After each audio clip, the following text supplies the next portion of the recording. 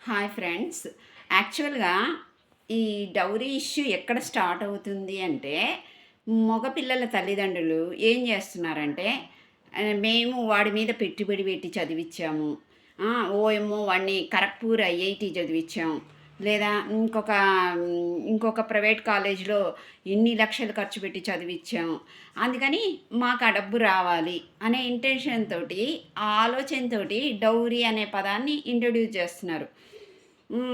అంతకుముందేమో కన్యాశుల్కం. ఇప్పుడేమో డౌరీ. ఏదొచ్చినా ఆడవాళ్ళకే. ఏదొచ్చినా బ్యాండ్ ఆడవాళ్ళ నెత్తి మీదే పడుతుంది. మొత్తాన్ని నాశనం అయిపోయేది ఆడవాళ్ళదే. ఇప్పుడు ఈ మగ పిల్లల్ని చదివిచ్చామంటే అది నీ బాధ్యత. చదివిచ్చడం అనేది ఆడైనా, మగైనా ఆడపిల్లని మీరు చదివిచ్చడం లేదా?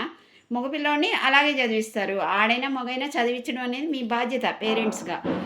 అయితే అది కాకుండా మీరేం చేస్తున్నారు? You are expecting something. అంటే వాడు మగపిల్లోడైతే యూ ఆర్ ఎక్స్‌పెక్టింగ్ డౌరీ.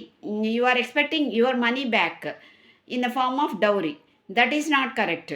అదే ఆడపిల్లయితే కొంతమంది ఏం చేస్తున్నారు? ఓయమ్మో! ఈ పిల్లని చదివిస్తే మళ్ళీ డౌరీ ఇవ్వాలని ఆ పిల్లని చదివిచ్చనోళ్ళు కూడా ఉన్నారనమాట. ఆ పిల్ల ఎంత బాగా చదువుకున్నా. ఇలాంటి మిస్టేక్స్ అన్నీ ఈ డౌరీ వల్లే ఎదురవుతున్నాయి. సో, ఈ డౌరీ అనే సిస్టమ్ అనేది ఇట్ షుడ్ బి బ్యాన్డ్. ఇది బ్యాన్ అవ్వాలి. ఈ యాటిట్యూడు మారాలి. అప్పుడు మన మంచి సొసైటీని చూస్తామనమాట.